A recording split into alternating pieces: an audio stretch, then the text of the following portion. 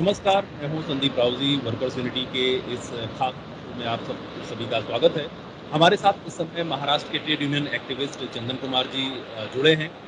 1 महीने से लगातार सरकार ने ना-नुकुर करते हुए कि लॉकडाउन और कड़ाई से लागू करेंगे, मज़दूरों को नहीं जाने देंगे और उसके बाद बुधवार को यानी कि कल एमएचए ने अमित शाह के मंत्रालय से ये नोटिस जारी किया गया है, एक अध्यादेश और जारी किया गया है कि अब मज़दूरों को, प्रवासी मज़दूरों को उनके घर जाने दिया जाएगा। एक शर्त है कि उसकी ज़िम्मेदारी केंद्र सरकार नहीं लेगी। राज्यों पर वो ज़िम्मेदारी है कि वो राज्य जहाँ से जाने वाले हैं और जहाँ पहुँचने वाले हैं, वो दोनों राज्य आपस में बात करें। तो ये इसमें मैं ये आपसे जानने की कोशिश करूँगा कि ये जो सरकार के रुख में परिवर्तन आया है, ये किस कारण आया है और इसके क्या इम्प्लिकेशंस हैं? सबसे पहले बहुत बहुत धन्यवाद संदीप भाई आपका और वर्कर्स यूनिटी के साथियों का कि आपने मुझे ये मौका दिया अपनी बात को यहाँ पे रखने का। सबसे पहले तो मैं ये कहना चाहता हूँ कि सरकार 22 तारीख से लेकर के और आज तक करीब करीब 1.5 महीने का वक्त होने आया है। सरकार के जो भी फैसले हैं, हम अंग्रेजी में बोलते हैं यूटोपियन फैसले, उनका जमीन से कोई संबंध नहीं है। वो सरकार ने जो भी फैसले लिए हैं, उसको पढ़ के ऐसा लगता है कि वो एक पीआर पर्पस के लिए, पब्लिसिटी पर्पस के लिए बनाया गया है। उसका उनको न भारत के जनमानस के बारे में कुछ समझ है, न मजदूरों के बारे में समझ है। भारत सरकार के पास न कोई आंकड़ा है, न कोई समझ है कि कौन से मजदूर किस राज्य के हैं, कहां हैं, क्या खाते हैं, क्या काम करते हैं, किस सेक्टर में काम करते हैं, उनकी क्या हालत है, उनकी मजदूरी की हालत क्या है। तो बिना कोई समझदारी के उनके ऑर्डर निकलते हैं। मुझे नहीं पता कि माननीय प्रधानमंत्री के कौन से सलाहकार हैं, लेकिन वो जो भी सलाहकार हैं, वो सिर्फ दिल्ली के एयर कंडीशन कमरों में बैठ करके खाली वो सलाह देते हैं, उनको जमीन के बारे में कुछ समझ में नहीं आता है। ये मेरी पहली बात है आपके सामने। अभी एमएचए ने जो इसका जो ऑर्डर लिया है सरकार की तरफ से, मैं ये कहना चाहता हूं कि ये अपने आप में अगेन ये बहुत ही यूटोपियन ऑर्डर है और इसके अंदर में कोई संदर्भ ही नहीं है, कुछ नहीं है। मैं दो तीन चीजें आपके सामने रखना चाहता हूं इस एमएचए ऑर्डर के बारे में, जिसके बारे में मैंने कल हिंदू अखबार को भी कहा और एक्सप्रेस को भी कहा, उन्होंने छापा भी है इसके बारे में।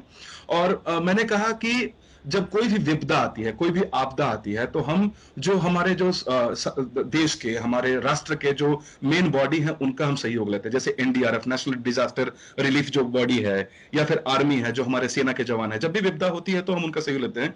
उनके उनके रोल के बारे में कहीं कुछ नहीं लिखा हुआ है। आप सोचिए संदीप जी कि 150 करीब करीब 150 मिलियन के आसपास सीजनल माइग्रेंट वर्कर्स हैं पूरे देश में। वो कैसे अपने घर को जाएंगे? सरकार के पास में कोई थिंकिंग ही नहीं है, बिना किसी मैकेनिज्म उनको लाने का। बस उन्होंने एक बस ऑर्डर जारी कर दिया है कि राज्य सरकारों को कि आप ये शुरू कीजिए प्रक्रिया। तो पहली बात है कि उसमें कोई मैकेनिज्म नहीं है, कोई क्लैरिटी नहीं है। पहली बात तो ये है। दूसरी बात ये है कि जब ये मजदूर जाएंगे यहां से, तो सरकार तो पहली बात है ट्रेन रोक रही है, कह रही है कि बस से जाना है। अब आप सोचिए संदीप जी, गोवा से, महाराष्ट्र से, आंध्र प्रदेश से, केरल से, कर्नाटक से, कि वो आदमी बंगाल और बिहार बस से कितने देर में पहुंचेगा? उसकी क्या हालत होने वाली है? रास्ते में वो क्या खाना खाएंगे, कहां उनका शौचालय होगा, क्या सैनिटेशन होगा? मतलब एकदम अनरियलिस्टिक प्लान है। मतलब कुछ समझ में नहीं आ रहा है कि आप चाहते हैं कि कहीं ना कहीं कम से कम कि अगर कुछ और लोग मजदूर मर जाएं, ये सब कोलेट्रल है उनके लिए, सब कुछ कोलेट्रल। हम ये बात 1.5 महीने से कह रहे हैं, चाहे खाने की बात हो, चाहे अब ये घर भेजने की बात हो, ये सब कोलेट्रल में चला जाएगा। और कुछ और मजदूर मरे हमारे, उनको कोई फर्क नहीं पड़ता है। तो कोई समझ नहीं है। तीसरी बात है कि जब इतने सारे लोग जाएंगे, क्या आपने राज्य सरकारों के लिए कुछ संसाधन की बात कही है? क्या उनको आप स्पेशल पैकेज देने की बात कही है? जितने भी बीमारू राज्य हैं जहां से मजदूर आते हैं माइग्रेट होकर, संदीप जी आप जानते हैं, बिहार, उड़ीसा, बंगाल, झारखंड, यूपी, ये सारे गरीब राज्य हैं। और अगर आप उनको कोई रिलीफ असिस्टेंट, फाइनेंशियल रिलीफ की मैं बात कर रहा हूं, अगर आप नहीं देंगे, ये जब गांव के अंदर जाएंगे, क्या हमारी ग्रामीण अर्थव्यवस्था इस लायक है कि इतने सारे लोगों को कंज्यूम कर सकती है? क्या हमारे ग्रामीण क्षेत्र में इतनी हालत है कि उनको रोजगार मिल सकता है क्या? उनके लिए कुछ खाने के लिए है क्या? तो ये एकदम बिल्कुल without any package, without any announcement सरकार ने बस अनाउंस कर दिया कि चलो गाय, भेड़, बकरी के जैसे उनको क्या बोलते हैं, हकाल दो, हमारे यहाँ बोलते हैं हमारे राज्य में कि हकाल दीजिए इनको। तो हकालने वाली बात है। और सबसे अंतिम बात की अपने आप में ये बहुत ही अगेन बहुत ही यूटोपियन बात है कि इन्होंने कोई एक सेतु करके एक ऐप बनाया है। इसको स्वास्थ्य, मैं नाम भूल रहा हूं, एक सेतु करके, उसके बारे में भी उसका वर्णन है एमएचए के नोटिफिकेशन में। आरोग्य सॉरी, आरोग्य आरो सेतु। अब आरोग्य सेतु कितने मजदूर जो है स्मार्टफोन इस्तेमाल करते हैं? अगर कुछ लोग मजदूर स्मार्टफोन भी इस्तेमाल करते हैं, तो क्या वो रजिस्टर्ड अपने आप को कर सकते हैं क्या उस ऐप पे जाने के बाद में? तो अपने आप में ये बहुत ही बेकार की बातें हैं कि उन्होंने नोटिफिकेशन जारी कर दिया, अब लोग जा रहे हैं। अब मैं देख रहा हूं, मैं भी पूना में बेस्ड हूं, मैं देख रहा हूं कि यूपी सरकार के कुछ अधिकारी आए हैं, अभी एनुमरेशन में लगे हुए हैं, अब लोगों का डिटेल्स ले रहे हैं। अब बिहार के मजदूर आके हमसे पूछ रहे हैं कि हमारा तो कोई डिटेल्स नहीं ले रहा है, झारखंड का मजदूर आके मुझसे पूछ रहा है हमारा तो कोई डिटेल्स नहीं ले रहा है। तो कहीं ना कहीं एकदम अभी हड़कंप मचा हुआ है, जैसे वो ऑर्डर आया है, सारे मजदूर एकदम बिल्कुल सड़क पे हैं और अपने अपने क्षेत्रों से पूछ रहे हैं, फोन आ रहे हैं, इतने फोन आ रहे हैं। अभी मैं जी अभी जो सूचना मिली है कि तेलंगाना से लगभग हजारों मजदूर जो हैं वो चल चुके हैं। अभी कुछ वीडियो हम देख रहे थे और मैं वर्कर्स आपको ने पब्लिश भी किया है, वो मध्य प्रदेश पहुंच गए हैं। राजस्थान से 40,000 मजदूर जी एमपी की तरफ जा रहे हैं और अब तमाम अलग अलग राज्यों की तरफ जा रहे हैं। कर्नाटक और महाराष्ट्र के बॉर्डर पे भी बहुत सारे मजदूर हैं। जी तो जी जी। मैं आपसे एक चीज ये जानने की कोशिश करूंगा कि सरकार ट्रेन क्यों नहीं चला रही है, स्पेशल ट्रेन क्यों नहीं चला रही है? सरकार को मेरे हिसाब से सरकार को दो बात का डर है। एक तो बात का ये डर है कि जब वो ट्रेन चलाएंगे तो बहुत सारे लोग जो है वो भगदड़ में स्टेशन की तरफ पहुंचेंगे। और ये मेरा डर है, ये मैं पिछले 10 दिन से कह रहा हूं कि सरकार जिस तरीके से काम करे, क्या वो चाहती है कि स्टैम्पेड हो जाए? स्टेशन पे स्टैम्पेड हो सकते हैं, 100% होंगे। जहां पे ट्रेन चलेंगे और लाखों लोग अगर स्टेशन पहुंचेंगे तो स्टैम्पेड होने की संभावना है। तो सरकार का सबसे बड़ा डर है, एक तो स्टैम्पेड होने की बात है, दूसरी बात यह है कि उसमें बहुत सारे लोग हो सकता है कोरोना पॉजिटिव भी हो। अगर आप देखेंगे, बंबई से खबर आई है, धारावी से खबर आई है, तो कम्युनिटी के लेवल पे स्प्रेड शुरू हो गया है कोरोना का। तो ऑलरेडी बॉम्बे, पूना, जो ये पूरा एरिया है अभी भी रेड जोन में है। तो मुझे पता नहीं कि इसका अगर सरकार लिफ्ट करती है लॉकडाउन को तो इसका क्या असर होता है, लेकिन सरकार के पास डर तो है। तो बस उनके हिसाब से बस क्या है, अगर बस सेट करेंगे, प्रॉपर लिस्टिंग करेंगे, एनुमरेशन करेंगे, तो उनके पास एक प्रॉपर लिस्ट होगी कि हाँ इतने लोग जा रहे हैं, इतने लोग करेंगे। जैसे बस में आप लिस्टिंग कर रहे हैं और स्क्रीनिंग कर रहे हैं, वो काम तो आप ट्रेन में भी कर सकते हैं। लॉकडाउन तोड़ करके कैसे वहां पे भगदड़ मच सकती है? और जब आप जगह जगह कर सकते हैं, सरकार को किया जाना चाहिए। अच्छा, जैसे बस में आप सोशल डिस्टेंसिंग और लिस्टिंग वगैरह कर रहे हैं, जितनी सुविधाएं कर रहे हैं, ये काम तो हवाई जहाज में भी किया जा सकता है। और आपके यहाँ हवाई जहाज खड़े हैं, वो उसको क्यों नहीं इस्तेमाल किया जा रहा है?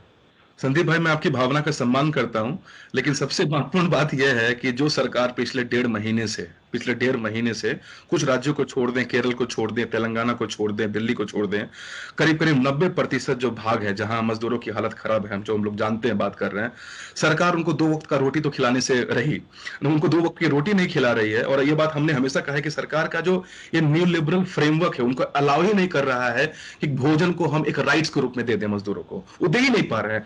तो जिस मजदूर को सरकार कोलेट्रल के रूप में मरने छोड़ने के लिए तैयार खड़ी है, आपको लगता है कि वो उनके लिए फ्लाइट लगाएगी? आपको लगता है उनके लिए कोई बड़ा विमान की व्यवस्था करेगी? मुझे लगता है कि सरकार के वो सोच में ही नहीं है, ये उनके पर्सपेक्टिव में ही नहीं है। हाँ हाँ, वो सही है। मैं सिर्फ ये जानने की कोशिश कर रहा हूं आपसे हम्म। कि क्या सरकार कर सकती है कि नहीं, भारत की सरकार? बिल्कुल बिल्कुल कर सकती, क्यों नहीं कर सकती? कितना खर्च आएगा उसको कैलकुलेट कर सकते हैं, बहुत छोटा खर्च आएगा संदीप जी।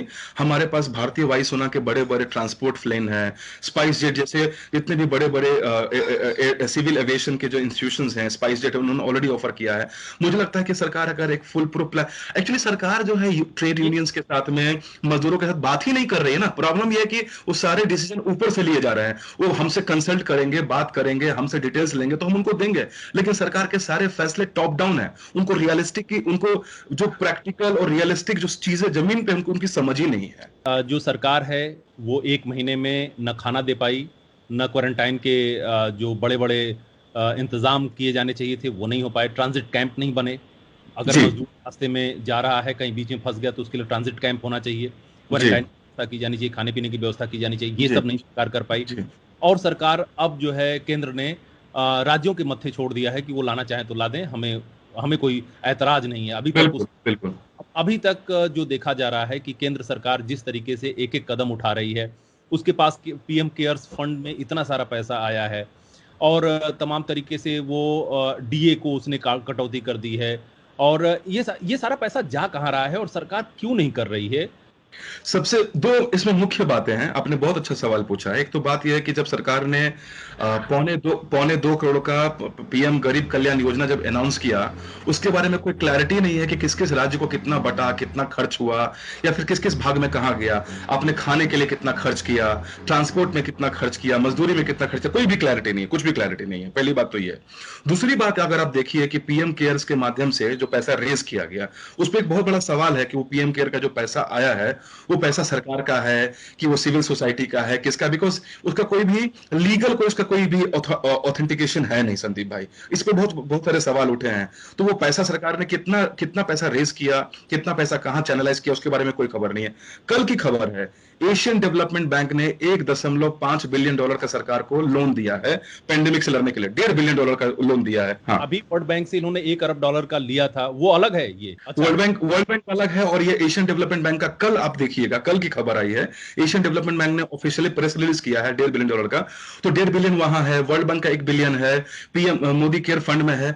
इतने सारे पैसे का सरकार क्या खर्च करने वाली है? कहां उन्होंने पैसा खर्च किया है? एक बड़ा खर्च तो अभी सामने आया है कि जैसे मेहुल चौकसी जैसे लोगों का 60,000 करोड़ माफ कर दिया गया है, तो ये भी तो खर्च, ये कोरोना के ही खर्च में जाना। क्या ये डाल तो है सरकार? ये तो बहुत बड़ा खर्च है। और ये तो मतलब कि जो उनकी कॉर्पोरेट के साथ जो उनकी एक सॉलिडारिटी है, जो उनकी जो बंधुता है, जो भाईचारा है, उसको मैं सम्मान करता हूं भारत सरकार के, स्पेशली आदरणीय मोदी जी का, कि जो उनके कॉर्पोरेट में जो मित्र बैठे हैं, उनके प्रति उनकी जो संवेदना है, उसका मैं सम्मान करता हूं। लेकिन उनकी जो संवेदना थोड़ी मजदूरों के प्रति भी अगर दिखे, तो मुझे लगता है कि बहुत भलाई होगी। बिकॉज हमारे पास पैसे की कमी नहीं है संदीप भाई। $2.5 बिलियन एडीबी और वर्ल्ड बैंक से ही आ गया, पीएम केयर से भी बहुत सारे पैसे आए, कोई खबर नहीं है। और सरकार का अपना ट्रेजरी सरकार ने कितने पैसे खर्च किए हैं? क्या सरकार बता सकती है कि वो $2.25 करोड़ क्या है? मैं आपको हर स्कीम जो सरकार ने अनाउंस किए हैं लाइन बाय लाइन बोल सकता हूं, लाइन बाय लाइन, कि हर स्कीम सिर्फ रीपैकेजिंग है। चाहे वो आंगनबाड़ी स्कीम की बात करें, चाहे वो जनधन की बात करें, चाहे वो पीडीएस की सपोर्ट की बात करें, चाहे वो मजदूरी की बात करें, किसी भी कार्यक्रम में सरकार ये क्लैरिफाई नहीं कर चुकी है अभी तक में कि सेंट्रल गवर्नमेंट से कितना पैसा आया है। बहुत सारे लोगों ने आरोप लगाया है कि पीडीएस को वेंटिलेटर पर भेजने वाली यही सरकार है। इसने जी, पीडीएस को बहुत ही संगठित तरीके से, बहुत ही व्यवस्थित तरीके से खत्म किया है। एक एक गांव में उसने संख्या निश्चित कर दी है कि 200 लोगों को ही मिलेगा। यानी कि हर साल उसमें से 5 लोगों को, 10 लोगों को हटा दिया जाता है, 5-10 लोगों को जोड़ दिया जाता है। इस तरीके से उसने पीडीएस सिस्टम की बिल्कुल ही जो सार्वजनिक राशन प्रणाली है उसकी एकदम बैंड बजा के रख दी है। बिल्कुल बिल्कुल बिल्कुल। इसके अलावा एक चीज मैं आपसे और अंतिम जानने की कोशिश करूंगा। आप ट्रेड यूनियन एक्टिविस्ट हैं और चीजों को सब सोचते हैं, सरकार से भी आपका काफी ताल्लुक रहा है। आप महाराष्ट्र सरकार को भी आपने कुछ सुझाव दिए थे इस मामले में, तो उसने माना है। आप तो एक चीज हम ये जानना चाहते हैं कि अगर मान लीजिए मोदी गवर्नमेंट या बीजेपी की या कांग्रेस की इन सारी गवर्नमेंट्स को हटा दिया जाए, अगर मजदूरों की सरकार होती तो क्या करती? पांच बात ये बताइए कि मजदूरों की अगर सरकार होती तो वो 5 ऐसे कौन से निर्णय लेती जिससे चीजें बड़ी स्मूथली देखिए, हैंडल की जा सकती? आज दो बड़ी बातें हैं आज के दिन में, कि आज ही के दिन जो रूस की जो जो सरकार थी, कम्युनिस्ट सरकार थी, वो आज के दिन ही बर्लिन पहुंच गई थी और विश्व युद्ध का अंत हुआ था, और आज के दिन ही हिटलर ने अपने आप आत्महत्या की थी। तो आज एक बड़ा दिन है। और दूसरी बात, आज ही का दिन है जब हो ची मिन्ह ने वियतनाम के अंदर में अमेरिकी फोर्सों की हवा उड़ा दी थी। तो आज एक बड़ा ऐतिहासिक दिन है, और आज ईव ऑफ मे डे भी है, कि आज हम मई दिवस के पूर्व संध्या पे बात कर रहे हैं। तो ये तीन बड़े ऐतिहासिक जी जी मई दिवस के उपलक्ष्य में ही मैं इन सारे जी मुद्दों को मई जी। दिवस से ही जोड़ करके पूछ रहा हूं कि अगर मजदूरों का राज इस देश में होता, काल्पनिक सवाल है, लेकिन इसका क्या जवाब होगा कि 5 ऐसे फैसले कौन से होते जो मजदूर वर्ग का, अगर कोई नेता बैठा होता या मजदूर वर्ग सत्ता में होता तो क्या करता अपने लिए? देखिए, मजदूर वर्ग सत्ता में होता, अगर अब मजदूर वर्ग ऑलरेडी जहां सत्ता में है वहां पे काम हुए हैं संदीप भाई। मैं केरल का उदाहरण लेना चाहता हूं, और तेलंगाना का भी उदाहरण लेना चाहता हूं, जहां पे सरकार ने कहा कि आप बिल्कुल भगदड़ मत मचाइए, आप बिल्कुल क्योस मत कीजिए। आप इस राज्य के अंदर में आप हमारे मेहमान नहीं, आप हमारे खुद के नागरिक हैं। उनको राज्य सरकार ने भरोसा दिलाया कि आप हमारे मजदूर हैं, आप हमारे भाई हैं, आप हमारे बहन हैं, आप हमारे सरकार के आप हमारे राज्य के नागरिक हैं। आप कहीं मत जाइए, आप यहीं रहिए, आपकी मजदूरी, आपका खाना, आपका रहना, आपका रेंट, हम सब की व्यवस्था करेंगे। कोई क्योस हुआ, आपने सुना कोई भी क्योस हुआ केरल के अंदर में, आपने सुना कोई भी क्योस हुआ तेलंगाना में, यही करना चाहिए। अगर आज मजदूरों की सरकार होती तो बोलते हैं हाँ कोई बात नहीं, अगर ये क्या बोलते हैं ग्लोबल एपिडेमिक है, ये अंतरराष्ट्रीय विपदा आई है हमारे सामने में, बिल्कुल चिंता नहीं करना है। अगर आपकी फैक्ट्री बंद है, आपकी मजदूरी का हम इंतजाम करेंगे, आप अपने घर में रहिए, आपका किराया हम संभाल लेंगे, आप घर में रहिए, आपको हम पूरी फूड सिक्योरिटी देंगे, जैसे दिल्ली में हुआ है, लास्ट मोमेंट पे हुआ, फिर भी दिल्ली में हुआ है, अभी सरकार ने अनाउंस किया है। तो सरकार अगर रोटी, कपड़ा, मकान, स्वास्थ्य और घर, ये 5 जो बुनियादी मुद्दे हैं मजदूरों के लिए, अगर उनके बारे में सरकार अगर सुनिश्चित करती तो कोई भगदड़ नहीं होता, अभी भी कियोस नहीं होता। अगर आज मजदूरों की सरकार अगर होती तो मुझे लगता है कि ये 5 फैसले आराम से होते हैं। और अगर इसको सुनिश्चित करना होता तो बहुत छोटे पैसे की आवश्यकता है, बहुत बड़े पैसे की आवश्यकता नहीं है। हमारा देश का, हम भारत जैसे देश का जो जीडीपी है वो करीब करीब $200 बिलियन का है, मजाक वाली बात नहीं है, करीब करीब 20 लाख करोड़ रुपए का जीडीपी है। अगर उसका हम 5% पे निकाल देंगे ना संदीप भाई, तो 100 करोड़ लोगों के लिए सपोर्ट करना कोई बहुत बड़ी बात नहीं है। तो ये जरूर हो जाता अगर मजदूरों की सरकार होती तो मोदी सरकार नहीं कर रही है तो उसके पीछे क्या वजह है, अगर ये सारे काम? मुझे लगता है कि मोदी सरकार का जो बहुत क्लियर लक्ष्य है कि ये बीमारी भी कुछ मैं कोई गरीब और अमीर के बीच के फर्क का बता करके कोई लड़ाई की बात नहीं कर रहा हूं, लेकिन ये कुछ मोदी सरकार के मंत्री भी कह रहे हैं कि इसको अपॉर्चुनिटी की तरह ले रहे हैं, वो बार कौन बार सी कह रहे हैं कि अपॉर्चुनिटी है, तो किसके लिए अपॉर्चुनिटी है? कौन सी अपॉर्चुनिटी की बात कर रहे हैं नितिन गडकरी, मुझे समझ में नहीं आ रहा। मैंने उनका इंटरव्यू देखा और पढ़ा भी और सुना भी कि आज हम चीन को दबा देंगे। हमारे देश में वो एक अलग मुद्दा है संदीप भाई कि हमारे देश में वो स्किल वर्कर नहीं है, और जिस जिस क्वालिटी का चीन या फिर आज के समय में वियतनाम या कंबोडिया या बांग्लादेश, उनके मजदूरों की हालत बहुत खराब है, लेकिन जिस लेवल का स्किल वर्कर उनके पास में है, वो स्किल वर्कर हमारे देश में नहीं है जो एक इंडस्ट्रियल रेवोल्यूशन को संभाल सकता है। और भारत जैसे देश में जहां ज्यादातर जो युवा आज के समय में हिंदू, मुसलमान और दंगे कराने में ज्यादा बिजी हैं, उनको अगर आप अगर आप स्ट्रक्चर तरीके से सुनिश्चित करें फैक्ट्री के अंदर में या फिर कहीं काम में, कहीं किसी चीज में, तो एक बहुत सकारात्मक कदम होता है, लेकिन आप वो करने वाले नहीं है। तो मोदी सरकार का बहुत क्लियर डायरेक्शन है कि अमीरों को बचा करके गरीबों को मार के अगर कुछ 10-20 लाख गरीब मर भी जाए तो वो सब कोलेट्रल के रूप में शामिल होगा, उससे उससे उनको कोई फर्क नहीं पड़ता है। उनका जो वोट बैंक है वो वोट बैंक आप जानते हैं, मुझे उसके बारे में कोई बोलने की आवश्यकता नहीं है, लेकिन आज ये दलित, आदिवासी, पिछड़े जो मजदूर वर्ग जिसमें सबसे ज्यादा है, अगर वो कुछ लाख मर जाएं, इससे सरकार को कोई फर्क नहीं पड़ता है। और पूरा 1.5 महीना हमने देखा है कि इसी डायरेक्शन में सरकार ने काम किया है। हमसे बात करने के लिए, वर्कर्स यूनिटी से बात करने के लिए आपका बहुत बहुत शुक्रिया चंदन जी। आपने बहुत ही कुछ इंसाइट दिया है जो कि मजदूरों को समझ नहीं आ रहा है कि आखिर सरकार के पास सारे संसाधन होते हुए, सारे पैसे होते हुए भी वो कर क्यों नहीं रही है। उसके पास बसें हैं, उसके पास ट्रेनें हैं, हवाई जहाज है, पेट्रोल का दाम बिल्कुल नीचे आ गया है, पेट्रोल डीजल का, उसके बाद भी वो चाहे तो पानी के बराबर बहा सकती है। तो ये बिल्कुल बिल्कुल। आपने हम समय निकाल करके हमसे बात की, बहुत बहुत शुक्रिया।